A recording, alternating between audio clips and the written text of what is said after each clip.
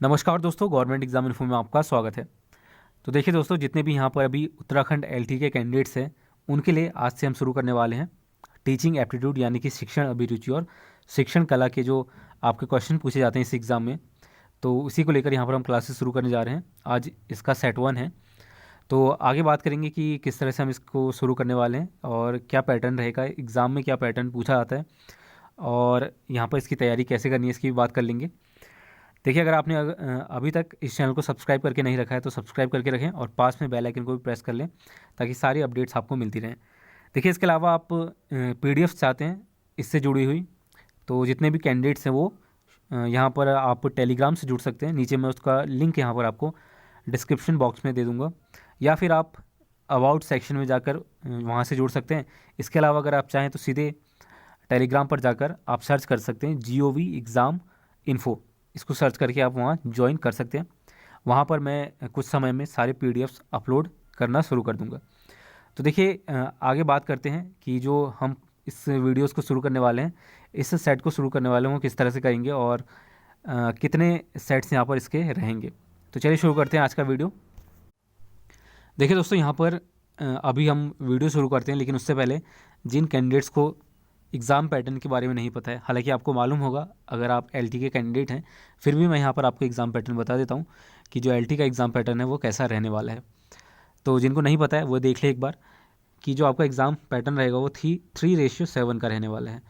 30 question आपके रहेंगे teaching aptitude के और 70 क्वेश्चन रहेंगे आपके सब्जेक्ट के। तो ये हालांकि आपको मालूम ही होगा, फिर भी मैंने यहाँ पर आपको एक आइडिया दे दिया है। देखिए, किसी भी एग्ज़ाम की तैयारी करने से पहले एक बार प्रीवियस ईयर क्वेश्चन को देखना पेपर को देखना बहुत ज़रूरी होता है। तो अगर आपके पास ये प्रीवियस ईयर पेपर्स नहीं है तो जैसे कि मैंने आपको बताया था टेलीग्राम से जुड़ने के लिए, तो वहाँ पर आप जोड़ सकते हैं और वहाँ पर मैं कुछ दिनों में ये पेपर्स हैं वो अपलोड कर दूँगा जितने भी मेरे पास अभी अवेलेबल हैं। तो वहाँ से आप एक बार इसका एग्ज़ाम पैटर्न देख लें कि जो टीचिंग एप्टीट्यूड है उसमें किस तरह के क्वेश्चन आते हैं, और सिलेबस में भी दिया गया है जो टॉपिक्स दिए गए हैं टीचिंग एप्टीट्यूड में, वो भी एक बार देख लें। और वैसे मैंने बताया है पिछले वीडियोज़ में, तो वहाँ जाकर भी आप देख सकते हैं डायरेक्ट। तो ये हो गया आपका एग्ज़ाम पैटर्न। 30 क्वेश्चन आपके टीचिंग एप्टीट्यूड, 70 आपके सब्जेक्ट, यानी कि आपको सब्जेक्ट डेली बेसिस पे करने ही हैं। ये काफ़ी इंपॉर्टेंट है, इसको छोड़ना नहीं है, सब्जेक्ट को छोड़ना नहीं है, क्योंकि आपका जो मार्क्स बनेंगे वो सब्जेक्ट से बनेंगे और 30 क्वेश्चन आपके जो हैं वो मेरिट डिसाइड करेंगे कि आप इसमें कैसा परफॉर्म करते हैं। तो ये हो गया आपका एग्ज़ाम पैटर्न। सब्जेक्ट पर डेली बेसिस पे आपको तैयारी करनी ही पड़ेगी, तभी जाके आपका इसमें सिलेक्शन हो पाएगा। देखिए, यहाँ पर जो हम पढ़ने वाले हैं, जो हमारे सेट्स रहेंगे, वो भी यहाँ पर मैंने एग्ज़ाम के अकॉर्डिंग 30 क्वेश्चन के सेट्स बनाए हैं, ताकि आपको एक आदत रहे 30 क्वेश्चन फटाफट सॉल्व करने की आपको, क्योंकि 100 क्वेश्चन यहाँ पर अटैम्प्ट करने पड़ेंगे और 100 के 100 ही करने पड़ेंगे, नहीं तो क्योंकि नेगेटिव मार्किंग भी है, तो आपको यहाँ पर ध्यान में रखना है ये चीज़ भी कि 1/4 आपकी नेगेटिव मार्किंग भी है।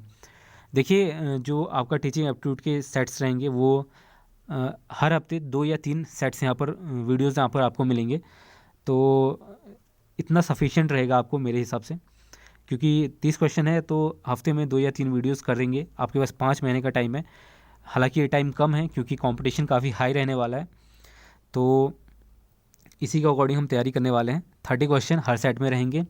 एवरी वीक यहाँ पर 2 से 3 वीडियोज़ आपको मिल जाएंगे, तो इसी के अकॉर्डिंग आप इन वीडियोज़ को अगर फॉलो कर लेते हैं तो आप ये मान के चले कि 80 से 85% आपका टीचिंग एप्टीट्यूड कंप्लीट हो गया। बाकी की जो बचा हुआ है वो आप खुद से प्रैक्टिस सेट्स कर सकते हैं, तो वो भी सफिशिएंट रहेगा। हालांकि मैंने कोशिश करी है कि इस जितने भी सेट्स हैं उसमें हर तरह के क्वेश्चन जो आपके टीचिंग एप्टीट्यूड के सिलेबस में दिए गए हैं वो यहाँ पर शामिल किए जाएँ, तो ये काफ़ी सफिशिएंट रहेगा अगर आप इस एग्ज़ाम की तैयारी कर रहे हैं तो। देखिए, 5 मंथ्स बचे हैं अभी एग्ज़ाम में लगभग, तो आपके पास समय काफ़ी कम है। सब्जेक्ट पर फोकस बना के रखें, उसको ऐसा ना करें कि छोड़ दें बीच में, उसको रेगुलर बेसिस पे करना बेहद ज़रूरी है। टीचिंग एप्टीट्यूड हफ्ते में 2 से 3 वीडियोस फॉलो करें, साथ ही साथ किसी बुक से अगर आप फॉलो कर रहे हैं स्टैंडर्ड बुक से, तो आप उसको फॉलो कर सकते हैं अकॉर्डिंग टू योर चॉइस। आपके जो भी मैंने वैसे बुक्स के बारे में बताया है पिछले वीडियोज़ में, तो वहाँ से आप देख सकते हैं। तो चलिए शुरू करते हैं आज का वीडियो, और शुरू करने से पहले आप टेलीग्राम से ज़रूर जुड़ जाएँ, जैसा कि मैंने आपको बताया वहाँ पर आपको सारे PDFs मिलते रहेंगे। तो चलिए शुरू करते हैं आज का वीडियो। तो देखिए दोस्तों, आज का हमारा पहला क्वेश्चन है, विद्यालय शिक्षा की गुणवत्ता अत्यधिक निर्भर करती है, ये हमारा पहला क्वेश्चन है। ऑप्शन है आपके पास आधारभूत सुविधाओं पर, वित्तीय प्रावधानों पर, अंतर्राष्ट्रीय सहयोग पर, या फिर अध्यापक शिक्षा की गुणवत्ता पर। तो ये ऑप्शन है, यहाँ पर इसका आंसर आपको बताना है। तो जो विद्यालय की शिक्षा की गुणवत्ता है वो किस पर निर्भर करेगी, इन चारों में से, तो ये आपको बताना है। तो चलिए मैं आपको बताता हूँ इसका राइट आंसर। देखिए जो विद्यालय है उसकी जो शिक्षा है, उसका जो एजुकेशन है, उसकी क्वालिटी किस पर निर्भर करेगी, आधारभूत सुविधाओं पर, यानी कि जो आपका स्कूल है वो कैसा है, वहाँ पर जो सुविधाएं हैं वो कैसी हैं, इस पर निर्भर करेगी, या फिर वित्तीय प्रावधानों पर, यानी कि इकोनॉमिक जो वहाँ पर प्रावधान है वो कैसा है वहाँ पर, अंतर्राष्ट्रीय सहयोग पर, इंटरनेशनल जो हेल्प है उस पर, या फिर अध्यापक शिक्षा की गुणवत्ता पर, यानी कि जो टीचर है उसकी जो टीचिंग है वो कितनी अच्छी है इस पर। तो इसका आंसर आपको समझ जाना चाहिए, अध्यापक की शिक्षा की गुणवत्ता पर ये चीज़ निर्भर करनी करेगी, यानी कि विद्यालय शिक्षा की गुणवत्ता अध्यापक की शिक्षा की गुणवत्ता पर निर्भर करेगी। ऑप्शन डी इसका राइट आंसर है। चलिए आगे बढ़ते हैं। अगला क्वेश्चन है, गेने के अनुसार सर्वोच्च अधिगम परिस्थिति है। देखिए गेने कौन थे ये मैं आपको बता दूं। गेने का पूरा नाम था रॉबर्ट गेने, ROBERT, रॉबर्ट गेने इनका पूरा नाम था। देखिए रॉबर्ट गेने एक शैक्षिक मनोवैज्ञानिक थे, यानी कि इन्होंने जो एजुकेशन है उसके लिए कुछ थ्योरीज बनाई थी, शैक्षिक मनोवैज्ञानिक थे। देखिए इनका जन्म हुआ था USA में, यूनाइटेड स्टेट ऑफ अमेरिका में। इन्होंने अधिगम सिद्धांत यानी कि लर्निंग थ्योरीज दी थी, और कुल 8 तरह के यहाँ पर लर्निंग थ्योरीज दी गई थी इनके द्वारा, और उसी के ऊपर ये क्वेश्चन आपसे पूछा गया है। तो देखिए गेने के अनुसार सर्वोच्च अधिगम परिस्थिति है, ऑप्शन ए सिद्धांत अधिगम परिस्थिति, ऑप्शन बी है इसका समस्या समाधान अधिगम परिस्थिति, ऑप्शन सी है चिन्ह यानी कि सिग्नल अधिगम परिस्थिति, या फिर ऑप्शन डी इनमें से कोई नहीं। तो ये आपको बताना है कि इसमें से सर्वोच्च अधिगम परिस्थिति यानी कि लर्निंग थ्योरी कौन सी है। तो इसका राइट आंसर है समस्या समाधान अधिगम परिस्थिति। इसका मतलब ये है कि जब आपके पास कोई समस्या आती है और उसका समाधान करके कुछ आप सीखते हैं, तो ये थ्योरी ये चीज़ बताती है आपको। इंग्लिश में से कहते हैं लर्निंग बाय सॉल्विंग प्रॉब्लम। तो ये इसका राइट आंसर हो गया। गेने के अनुसार सर्वोच्च अधिगम परिस्थिति है, ऑप्शन बी समस्या समाधान अधिगम परिस्थिति। चलिए आगे बढ़ते हैं। अगला हमारा क्वेश्चन है, अभिप्रेरणा प्रेरणा सीखने का राजमार्ग है, ये कथन किसका है। देखिए इस तरह के क्वेश्चन काफ़ी पूछे जाते हैं टीचिंग एप्टीट्यूड में। तो जितने भी थ्योरीज दी गई हैं उसमें जो कुछ खास तरह के यहाँ पर थ्योरीज दी गई हैं और कुछ सेंटेंसेस हैं, उस तरह उसमें से क्वेश्चन आपको बनाकर पूछा जाता है। तो उसी के अंतर्गत यहाँ पर एक क्वेश्चन पूछा गया है कि अभिप्रेरणा सीखने का राजमार्ग है, यानी अभिप्रेरणा यानी कि मोटिवेशन, अभिप्रेरणा इंग्लिश में हो यानी कि मोटिवेशन, इंग्लिश में सेंटेंस को कहेंगे the path of learning is motivation. ये सेंटेंस किसका है। पहला ऑप्शन देखिए थॉमसन का, गुड का, स्किनर का, या फिर बर्नार्ड का। तो ये जो थ्योरी थी, ये जो सेंटेंस था, ये दिया था आपका स्किनर ने।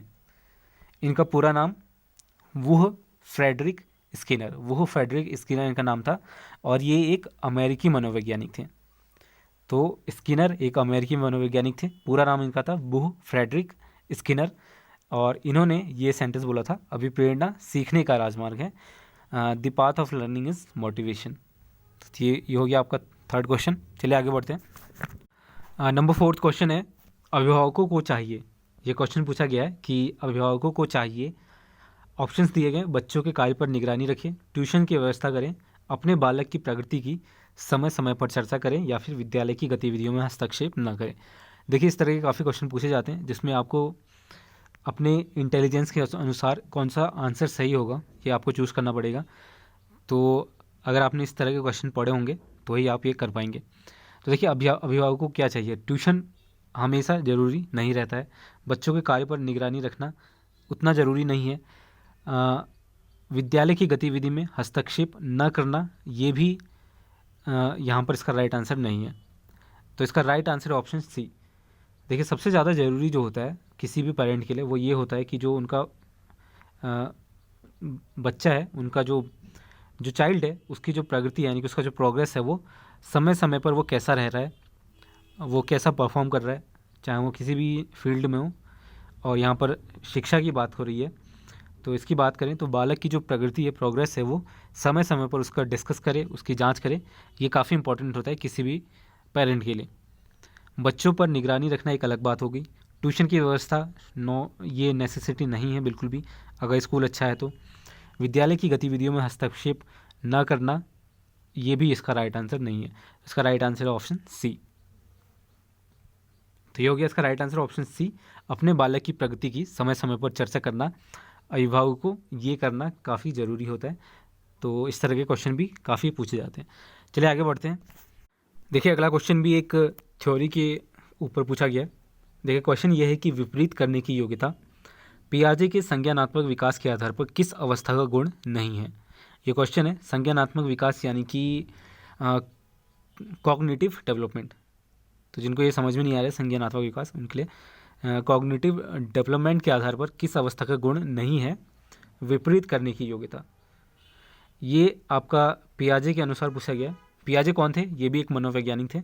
तो ऑप्शन देखिए यहाँ पर, इंद्रिय जनित गामक व्यवस्था, दूसरा पूर्ण संक्रियात्मक व्यवस्था, तीसरा मूर्त संक्रियात्मक व्यवस्था या फिर अमूर्त संक्रियात्मक व्यवस्था। तो इसका जो राइट आंसर है वो मैं आपको बता देता हूँ। इसका राइट आंसर है ऑप्शन बी, पूर्ण संक्रियात्मक व्यवस्था। इंग्लिश में कहते हैं इसे प्री ऑपरेशनल डेवलपमेंट। तो विपरीत करने की योग्यता पियाजे के संज्ञानात्मक विकास के आधार पर किस अवस्था का गुण नहीं है? तो इसका राइट आंसर है प्री ऑपरेशनल डेवलपमेंट, पूर्ण संक्रियात्मक अवस्था। चलिए आगे बढ़ते हैं। क्वेश्चन नंबर 6 है, अधिगमकर्ताओं द्वारा व्यक्तिगत विभिन्नताएं प्रदर्शित करने पर अध्यापक को चाहिए। तो ये पूछ रहा है क्वेश्चन में कि जो अधिगमकर्ता यानी कि जो एक्सेसर्स होते हैं उनके द्वारा अगर व्यक्तिगत विभिन्नताएं प्रदर्शित की जाएं तो इस पर अध्यापक को चाहिए कि विभिन्न प्रकार के शिक्षक अनुभव प्रदान करें, दूसरा सख्त अनुशासन लागू करें, तीसरा परीक्षणों की संख्या बढ़ा दें या फिर सामान खरीदने की गति पर बल दें। तो ये 4 ऑप्शन है, इसमें से कौन सा राइट आंसर है ये आपको बताना है। तो इसका जो राइट आंसर है वो ऑप्शन ए, यानी कि विभिन्न प्रकार के अनुभव प्रदान करें। अगर कोई एक्सेसर द्वारा अगर कोई व्यक्तिगत विभिन्नताएं प्रदर्शित की जाती हैं तो इसमें शिक्षक को, अध्यापक को ये करना चाहिए कि जो विभिन्न प्रकार के शिक्षक अनुभव है वो प्रदान किए जाएं। तो इसका राइट आंसर ऑप्शन है विभिन्न प्रकार के शिक्षक अनुभव प्रदान करना। अगला जो क्वेश्चन है वो है आपका बुद्धि लब्धि यानी कि इंटेलिजेंस कोशेंट का प्रत्यय सर्वप्रथम प्रयुक्त किया गया था इनमें से किसके द्वारा? ये सभी के सभी मनोवैज्ञानिक हैं, स्किनर, टर्मैन द्वारा, बीने द्वारा या फिर स्पेयरमैन द्वारा। तो ये क्वेश्चन पूछा गया है कि जो बुद्धि लब्धि इंटेलिजेंट क्वेश्चन IQ है इसका सबसे पहला यूज़ इसकी शुरुआत किसने की थी, ये आपसे पूछा गया है। तो देखिए इसका राइट आंसर है आपका ऑप्शन बी, टर्मैन द्वारा ये शुरू किया गया था। पूरा नाम मैं आपको बता देता हूँ। ये भी एक अमेरिकी मनोवैज्ञानिक थे और इनका पूरा नाम था लेविस मेडिसन टर्मैन। लेविस मेडिसन टर्मैन इनका पूरा नाम था, अमेरिकी मनोवैज्ञानिक थे और इन्हें इसीलिए जाना जाता है IQ टेस्टिंग के लिए। तो इन्होंने ही इसका सर्वप्रथम प्रयोग किया था, इसका यूज़ किया था। IQ प्रत्यय सर्वप्रथम प्रयुक्त किया गया था टर्मैन द्वारा। तो ये राइट आंसर है। अगला क्वेश्चन है, प्रयोग द्वारा सीखने के सिद्धांत को दिया गया था, यानी कि एक्सपेरिमेंट्स करके जो लर्निंग है उसकी वो जो थ्योरी है वो इनमें से किसने दी थी? पहला ऑप्शन है कार्ल रोजर्स द्वारा, दूसरा है पियाजे द्वारा, तीसरा ऑप्शन है आपका सिगमंड फ्रॉइड द्वारा या फिर स्किनर द्वारा। तो ये सभी मनोवैज्ञानिक है और इन्होंने इन सभी ने कुछ सिद्धांत दिए हैं। उनमें से ये सिद्धांत किसने दिया है, प्रयोग द्वारा सीखने के सिद्धांत को किसने दिया है, ये आपसे पूछा गया है। तो उसका राइट आंसर है कार्ल रोजर्स द्वारा ये सिद्धांत, ये थ्योरी दिया गया था। तो ये ध्यान में रखिएगा, इस तरह के काफ़ी क्वेश्चन पूछ लिए जाते हैं। तो कार्ल रोजर्स द्वारा सीखने के सिद्धांत को यहाँ पर दिया गया था। अगला क्वेश्चन देखिए, क्वेश्चन नंबर 9 है, यूनेस्को के 21वीं शताब्दी के लिए शिक्षा में उल्लिखित शिक्षा के स्तंभों में से निम्न किस विकल्प को शिक्षा आयोग ने अपने सुझावों में सम्मिलित नहीं किया है? यानी कि जो यूनेस्को का क्वेश्चन ये पूछ रहा है कि जो यूनेस्को की 21वीं शताब्दी के लिए शिक्षा में उल्लिखित शिक्षा स्तंभ बनाए गए थे, इनमें से किस विकल्प का जो प्रयोग है वो शिक्षा आयोग ने अपने सुझावों में सम्मिलित नहीं किया? पहला ऑप्शन है कमाने के लिए सीखना, दूसरा है जानने के लिए सीखना, तीसरा है साथ रहने के लिए सीखना या फिर कुछ करने के लिए सीखना। तो देखिए इसमें कौन सा आंसर आपको लग रहा है। तो देखिए यहाँ पर इसका जो राइट आंसर है वो है कमाने के लिए सीखना। तो इस चीज़ को शामिल नहीं किया है शिक्षा आयोग ने, जो यूनेस्को की शिक्षा स्तंभ है उसमें से शिक्षा आयोग ने इस सुझाव को सम्मिलित नहीं किया है अपने में। तो बाकी तीनों को किया गया है, जानने के लिए सीखना, साथ रहने के लिए सीखना और कुछ करने के लिए सीखना, इन तीनों को शामिल किया गया है, जबकि कमाने के लिए सीखना इसको शामिल नहीं किया गया है। तो ये हो गया इसका राइट आंसर ऑप्शन ए। ये जो स्तंभ था आपका यूनेस्को की 21वीं शताब्दी के लिए शिक्षा में जो स्तंभ बने थे, उसमें से कमाने के लिए सीखना ये शामिल नहीं किया गया शिक्षा आयोग द्वारा। आगे बढ़ते हैं।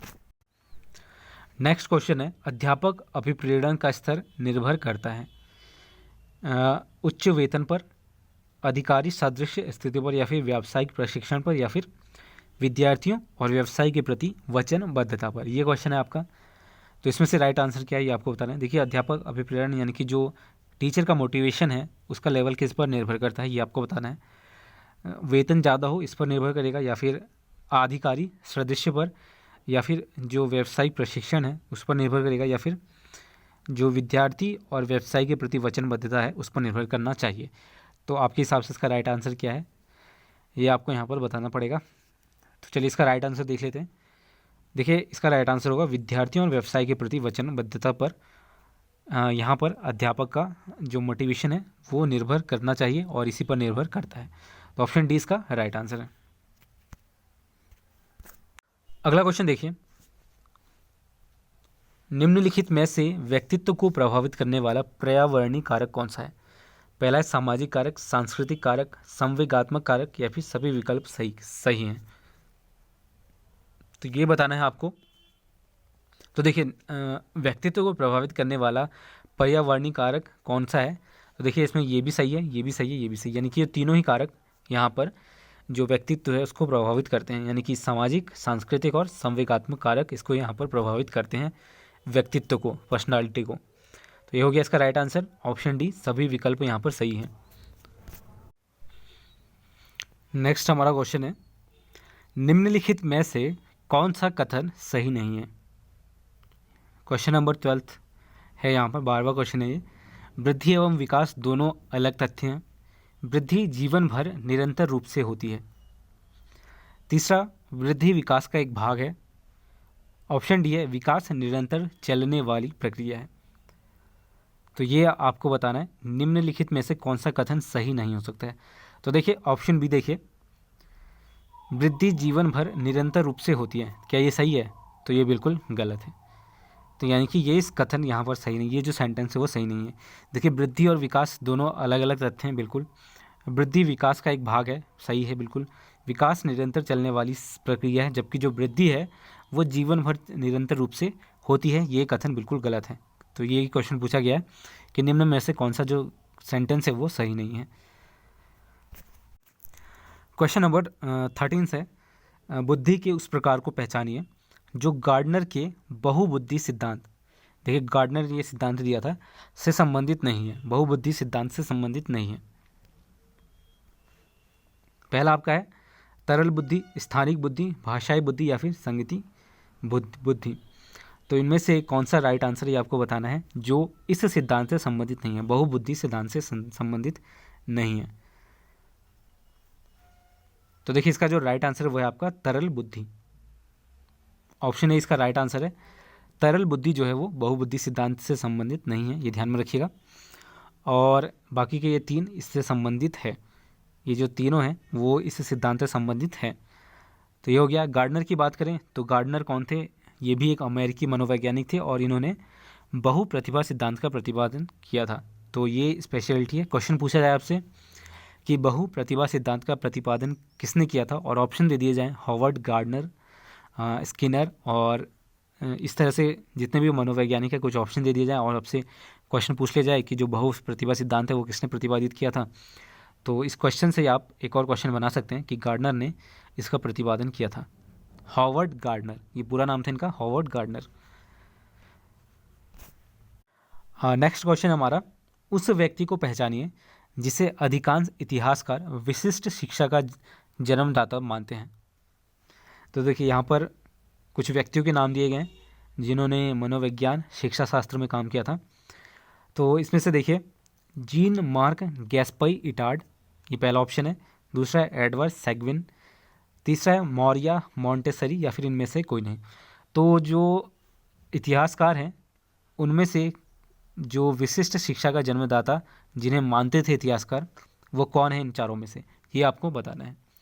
तो इसका राइट आंसर है Jean Marc Gaspard Itard. Jean Marc Gaspard Itard को ही जो अधिकांश इतिहासकार हैं वो विशिष्ट शिक्षा का जन्मदाता मानते हैं। तो ये क्वेश्चन इंपॉर्टेंट है, इसको नोट कर लीजिए। जीन मार्क गैस्पाई इटार्ड, काफ़ी लंबा नाम है, तो इसको आप नोट कर लें। तो ये हो गया, आगे बढ़ते हैं। अगला क्वेश्चन देखिए, क्वेश्चन नंबर 15 है, निःशक्त व्यक्तियों के अधिकारों के लिए यूएन सम्मेलन कब हुआ था, यूनाइटेड नेशन सम्मेलन कब हुआ था, ये क्वेश्चन है। और इस पे भी शायद पिछले साल इसी तरह का एक क्वेश्चन पूछा गया था, जो एलटी में ही शायद पूछा गया था। जब आप पेपर देखेंगे तो उसमें शायद आपको मिलेगा क्वेश्चन। तो शायद एलटी या इसी तरह के किसी टीचिंग एग्ज़ाम में जो उत्तराखंड में लिया गया था उसमें ये पूछा गया है। कई बार इस तरह के क्वेश्चन पूछे जाते हैं जो काफ़ी डायरेक्ट क्वेश्चन पूछे जा सकते हैं। तो निःशक्त व्यक्तियों के अधिकारों के लिए यूएन सम्मेलन कब हुआ था। निःशक्त यानी कि डिसेबल्ड जो पर्सन है, वो उनके लिए जो अधिकार है उसके लिए जो सम्मेलन किया गया था वो कब किया गया था, यूएन सम्मेलन। तो ये आपको बताना है। ऑप्शन से 13 दिसंबर 2004 को, ऑप्शन बी 13 दिसंबर 2005 को, सी है 2006 13 दिसंबर, या फिर 2007 13 दिसंबर। तो ये आपको बताना है। तो देखिए इसका जो राइट आंसर है वो है ऑप्शन सी, 2006 में यहाँ पर ये सम्मेलन हुआ था जो डिसेबल्ड पर्सनस है उनके लिए, यानी कि निःशक्त व्यक्तियों के लिए अधिकार के लिए जो सम्मेलन हुआ था वो हुआ था 13 दिसंबर 2006 को। तो ये ध्यान में रखिएगा। अगला क्वेश्चन है, क्वेश्चन नंबर 16 है, बच्चे के व्यक्तित्व के सौहार्दपूर्ण विकास के लिए माता पिता को चाहिए। ऑप्शन ए अधिक सुरक्षा प्रदान करना, बच्चे की अन्य बच्चों के साथ नियमित रूप से तुलना करना, घर में अनुकूल वातावरण प्रदान करना, या फिर योग्य अध्यापकों के साथ व्यस्त रखना। ये चार ऑप्शन दिए गए हैं। तो देखिए सौहार्दपूर्ण विकास यानी कि जो एमिकेबल डेवलपमेंट है, इसके लिए जो पेरेंट्स हैं उनको क्या करना चाहिए, बच्चे के व्यक्तित्व के लिए, बच्चे के जो पर्सनालिटी है उसके एमिकेबल डेवलपमेंट सौहार्दपूर्ण विकास के लिए क्या करना चाहिए पेरेंट्स को, ये क्वेश्चन है। तो ये चार ऑप्शन दिए गए हैं। अब इसका राइट आंसर देखते हैं। तो देखिए अधिक सुरक्षा प्रदान करना ये बिल्कुल भी ज़रूरी नहीं है किसी भी सौहार्दपूर्ण विकास के लिए। बच्चे के तुलना करना तो बिल्कुल भी सही नहीं है किसी अन्य बच्चे के साथ। देखिए सबसे इम्पॉर्टेंट होता है कि जो आपका घर है उसमें जो आपका वातावरण है, माहौल है, वो अनुकूल होना चाहिए व्यक्तित्व को सौहार्दपूर्ण बनाने के लिए किसी भी चाइल्ड बच्चे के लिए। तो ये राइट आंसर है इसका ऑप्शन सी, घर में अनुकूल वातावरण होना ज़रूरी है और योग्य अध्यापकों के साथ व्यस्त रखना ये भी बिल्कुल ज़रूरी नहीं है। तो सबसे इम्पोर्टेंट क्या है, बच्चों के व्यक्तित्व के सौहार्दपूर्ण विकास के लिए माता पिता को घर में अनुकूल वातावरण रखना चाहिए। तो ऑप्शन सी इसका राइट आंसर है।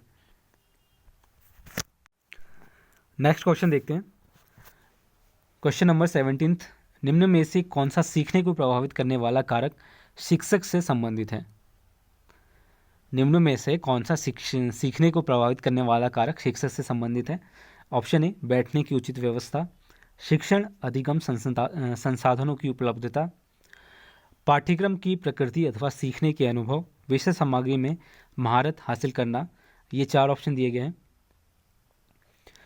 तो देखिए सबसे ज़्यादा जो प्रभावित करने वाला कारक है ये आपसे पूछा गया है। तो देखिए थोड़ा थोड़ा तो सभी प्रभावित करते हैं चारों ऑप्शन में, लेकिन जो सबसे ज़्यादा प्रभावित करता है किसी शिक्षक को वो है आपका कि जो विषय सामग्री में महारत हासिल करना, यानी कि जो शिक्षक शिक्षण कर रहा है उसमें उसको काफ़ी हद तक महारत हासिल होनी चाहिए, यानी कि एक्सपर्ट होना चाहिए अपने सब्जेक्ट का। तो ये अगर नहीं है तो ये चीज़ यहाँ पर प्रभावित करती है किसी भी शिक्षक को। तो ये हो गया इसका राइट आंसर ऑप्शन डी, विषय सामग्री में महारत हासिल करना। नेक्स्ट हमारा क्वेश्चन है, मानव व्यक्तित्व परिणाम है पालन पोषण और शिक्षा का, आनुवांशिकता और पर्यावरण के बीच अंतःक्रिया का, केवल पर्यावरण का, या फिर केवल आनुवांशिकता का। तो ये राइट आंसर क्या है इसमें, ये आपको बताना है। जो मानव का व्यक्तित्व है वो परिणाम है। इन चारों में से कौन सा राइट आंसर है, ये आपको बताना है। तो देखिए इसका जो राइट आंसर है वो है आपका ऑप्शन बी, आनुवांशिकता और पर्यावरण के बीच अंतःक्रिया का जो है यहाँ पर, ये राइट आंसर है। मानव व्यक्तित्व परिणाम है आनुवांशिकता और पर्यावरण के बीच अंतःक्रिया का। तो ऑप्शन बी इसका राइट आंसर है। नेक्स्ट क्वेश्चन है, शारीरिक विकास किस स्तर पर तेज़ी से होता है? जो फिजिकल डेवलपमेंट है वो किस स्तर पर तेज़ी से होता है? पहला ऑप्शन है पूर्व बाल्यावस्था में, शैशवावस्था में, किशोरावस्था में या फिर विद्यालयी अवस्था में। तो जो शारीरिक विकास है वो किस स्तर पर सबसे तेज़ी से होता है? तो इसका जो राइट आंसर वो है आपका शैशवावस्था में। शैशवावस्था में जो किसी भी व्यक्ति या बालक का विकास है वो सबसे तेज़ी पर होता है शैशवावस्था में। तो ऑप्शन बी इसका राइट आंसर है। देखिए जिनको ये नहीं मालूम है कि शैशवावस्था क्या होती है, तो इसको इंग्लिश में कहते हैं इन्फेंसी, यानी कि जो बच्चे होते हैं 1 से 5 साल के, वो इसके अंतर्गत आते हैं। तो इसी अवस्था में जो विकास है शारीरिक वो सबसे तेज़ी से होता है। अगला क्वेश्चन देखते हैं। क्वेश्चन नंबर 20वां है आज का। उस स्थान को पहचानिए जो अली यावर जंग प्रवण बाधितों का राष्ट्रीय संस्थान मुंबई का क्षेत्रीय केंद्र नहीं है। देखिए अली यावर जंग national institute of speech and hearing disability Mumbai, इसका जो सेंट्रल जो आपका क्षेत्रीय केंद्र नहीं है वो कौन सा इनमें से, ये आपको बताना है। तो देखिए पहला ऑप्शन है कोलकाता, दूसरा है चंडीगढ़, तीसरा है नई दिल्ली और फोर्थ ऑप्शन है यहाँ पर भुवनेश्वर। तो इसका जो राइट आंसर है वो है आपका चंडीगढ़। तो चंडीगढ़ इस संस्थान का क्षेत्रीय केंद्र नहीं है।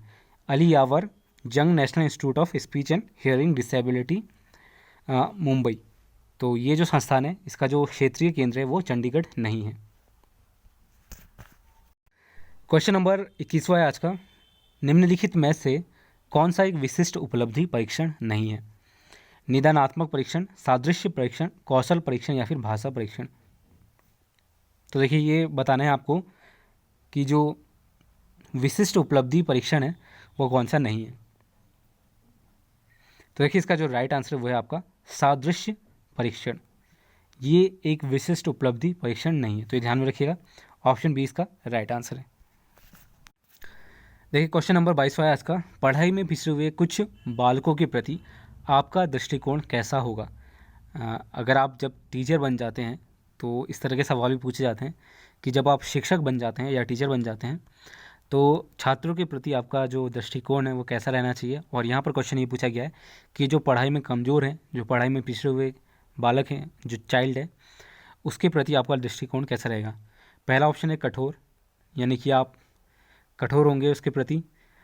दूसरा सहानुभूतिपूर्ण होगा या फिर उदार होगा या फिर स्नेहपूर्ण होगा। तो इसका राइट आंसर क्या है ये आपको बताना है। तो देखिए इसका जो राइट आंसर है वो है आपका सहानुभूतिपूर्ण। ऑप्शन बी इसका राइट आंसर है सहानुभूतिपूर्ण। क्वेश्चन नंबर 23वां देखिए। कोहल वर्ग के अनुसार एक शिक्षक बच्चों में नैतिक मूल्य पैदा कर सकता है। कोहल वर्ग के अनुसार एक शिक्षक बच्चों में नैतिक मूल्य पैदा कर सकता है। ऑप्शन ए धार्मिक शिक्षा को महत्व देकर, बी है व्यवहार के स्पष्ट नियमों को बताकर, नैतिक मुद्दों पर विचार विमर्श में उनको शामिल करके, या फिर व्यवहार कैसे करना है पर सख्त निर्देश देकर। तो इनमें से कौन सा राइट आंसर है आपको बताना है। तो देखिए यहाँ पर इसका जो राइट आंसर होगा वो है आपका नैतिक मुद्दों पर विचार विमर्श करके और उस पर उनको शामिल करके यहाँ पर जो बच्चों में नैतिक मूल्य है वो पैदा किए जा सकते हैं। देखिए धार्मिक शिक्षा एक अलग चीज़ होगी, इसको महत्व देकर नैतिक मूल्य पैदा नहीं किए जा सकते हैं पूरी तरह से। व्यवहार के स्पष्ट नियमों से नियम बताकर भी यहाँ पर नहीं किए जा सकते हैं। और व्यवहार कैसे करना है इस पर सख्त निर्देश देने से भी जो नैतिक मूल्य है शिक्षा बच्चों में वो नहीं किए जा सकते। यानी कि सिर्फ और सिर्फ नैतिक मुद्दों पर आपका जो डिस्कशन है उसमें जो बच्चे हैं उनको भी यहाँ पर शामिल किया जाना चाहिए और इसी के आधार पर यहाँ पर बच्चों में नैतिक मूल्य पैदा किया जा सकता है। ये था कोहल वर्ग के अनुसार, यानी कि जो कोहल वर्ग मनोवैज्ञानिक थे उन्होंने ये थ्योरी दी थी। आज का हमारा 24वां क्वेश्चन है, पियाजे का सिद्धांत संबंधित है बालक के मनोवैज्ञानिक विकास से, संवेगात्मक भावनाओं से, संज्ञानात्मक विकास से या फिर शारीरिक विकास से। तो ये आपको बताना है। तो देखिए, पियाजे का सिद्धांत संबंधित है बालक के संज्ञानात्मक विकास से। ऑप्शन सी इसका राइट आंसर है।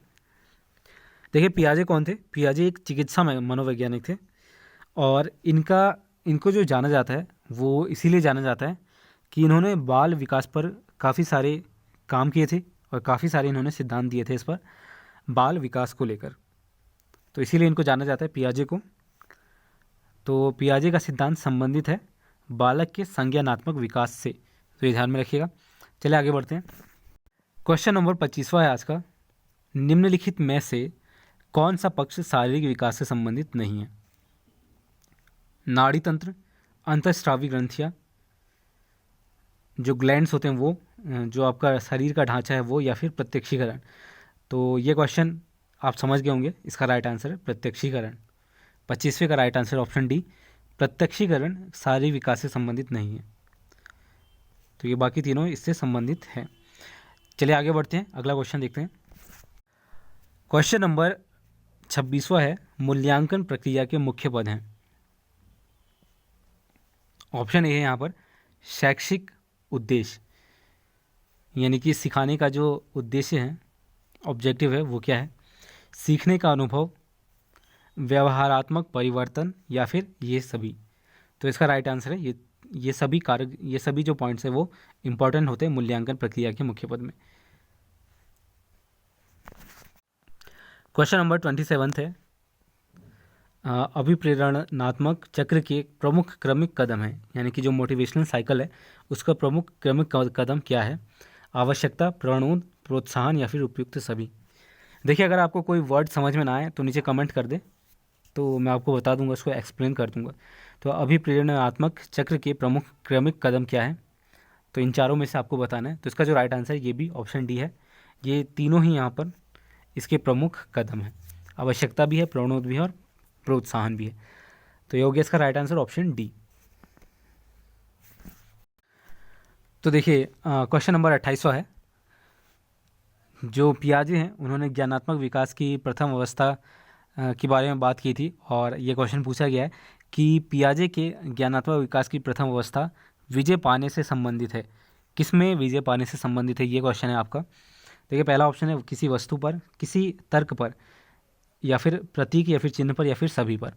तो ये आपको बताना है। तो देखिए, पियाजे के अनुसार जो ज्ञानात्मक विकास की प्रथम अवस्था विजय पाने से संबंधित है वो है आपका किसी वस्तु पर। तो वस्तु पर विजय पाने की जो यहाँ पर अवस्था है ज्ञानात्मक विकास के अंतर्गत जो प्रथम अवस्था विजय पाने से संबंधित है वो है वस्तु पर। तो ये राइट आंसर इसका पियाजे के ज्ञानात्मक विकास के अनुसार। तो ये हो गया 28वां क्वेश्चन आज का। और अगला क्वेश्चन देखते हैं। 29वां क्वेश्चन है, निम्नलिखित में से कौन सा अनौपचारिक शिक्षा का स्रोत नहीं है? अभिभावकों द्वारा दी गई शिक्षा, कक्ष शिक्षण के माध्यम से दी जाने वाली शिक्षा, मित्र समूह द्वारा दी गई शिक्षा, या फिर पड़ोसियों द्वारा दी गई शिक्षा। तो निम्न में से कौन सा अनौपचारिक शिक्षा का स्रोत नहीं है, ये आपको बताना है। तो इसका राइट आंसर है कक्ष शिक्षण के माध्यम से दी जाने वाली शिक्षा। ये जो है अनौपचारिक शिक्षा का स्रोत नहीं है, यानी कि ये एक औपचारिक है शिक्षा है। देखिए, अभिभावकों द्वारा दी गई शिक्षा जो पेरेंट्स देते हैं, या फिर जो आपके फ्रेंड, जो मित्र समूह हैं, उसमें आपको जो नॉलेज मिलती है, चाहे वो किसी से चीज़ से भी जुड़ी हुई हो, या फिर जो आपके नेबर्स हैं वो शिक्षा देते हैं, वो सभी अनौपचारिक शिक्षा के स्रोत हैं। जबकि जो कक्ष में शिक्षण दिया जाता है वो आपका अनौपचारिक शिक्षा का स्रोत नहीं है। तो ये हो गया इसका right answer option B. Question number 13 है आज का, समानता के लिए शिक्षा की संकल्पना पर बल दिया गया है। राधाकृष्णन आयोग ने, मुदालियर आयोग ने, कोठारी आयोग ने, या फिर राष्ट्रीय शिक्षा नीति 1986 ने। तो इस पर किसने बल दिया है, इन चारों में से आपको बताना है। तो राष्ट्रीय शिक्षा नीति 1986 इसका राइट आंसर है, जो कि अब यहाँ पर इसका संशोधन हो चुका है। जो अब शिक्षा नीति है उसमें काफ़ी बड़ा बदलाव आ चुका है। तो आपने इसके बारे में पढ़ा होगा, जो इसी साल यहाँ पर ये चेंजेस हुए हैं और 2021-22 तक ये लागू भी होने की पूरी संभावना है। तो समानता के लिए शिक्षा की संकल्पना पर बल दिया गया था राष्ट्रीय शिक्षा नीति 1986 ने। तो ये जो नीति बनाई गई थी इसमें ये बल दिया गया था। तो दोस्तों ये हो गया आज के 30 क्वेश्चंस। तो देखिए इसमें कोई भी अगर आपको डाउट है या कोई चीज़ समझ में नहीं आ रही है तो नीचे कमेंट करके बता दें, तो वहाँ पर आपके जो क्वेरीज हैं वो वहाँ पर आपको बताया जाएगा इसका जो सही अर्थ है या जो भी आपको समझ में नहीं आ रहा है।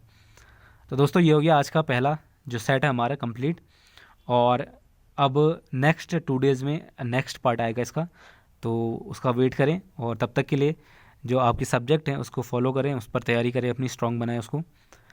तो दोस्तों तब तक के लिए धन्यवाद, मिलते हैं अगले वीडियो में।